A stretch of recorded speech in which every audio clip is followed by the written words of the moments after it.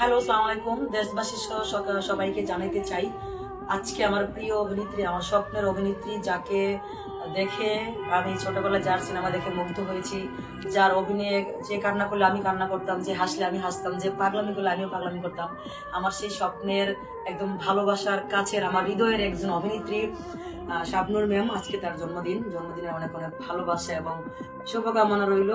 আপনাকে আমি দেখিনি, দেখার সৌভাগ্য হয়নি। অনেকবার এফডিসিতে গিয়েছি, আপনাকে খুঁজেছি। আমি অনেক আগে থেকে আপনাকে মনে মনে খুঁজতাম। আর যখন এফডিসিতে যাওয়া শুরু করছি তখন তো আপনি দেশেই নাই, দেশের বাহিরে। আপনি দেশের বাইরে আপনি অনেকদিন ধরে স্টে করছেন, আর দেশে হুট করে আসেন, হুট করে চলে যান, আপনাকে দেখা হয় না। আপনাকে দেখার আমার খুবই ইচ্ছা সামনাসামনি। আর আজকে আমার বার্থডে, আমি ফেসবুকে উইশ করেছি, আপনাকে ট্যাগ দিয়েছি। আপনার প্রতি ভালোবাসা, আপনি যেখানে থাকবেন ভালো থাকবেন।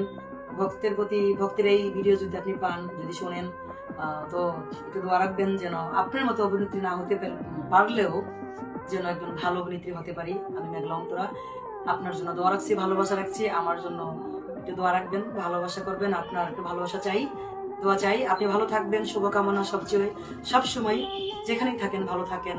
এই ভক্তের এই শুভেচ্ছা বার্তা আপনার জন্য। আপনার প্রতি সালাম, আসসালামু আলাইকুম। Happy birthday to you, many many happy returns of the day, আমার স্বপ্নের নায়িকা।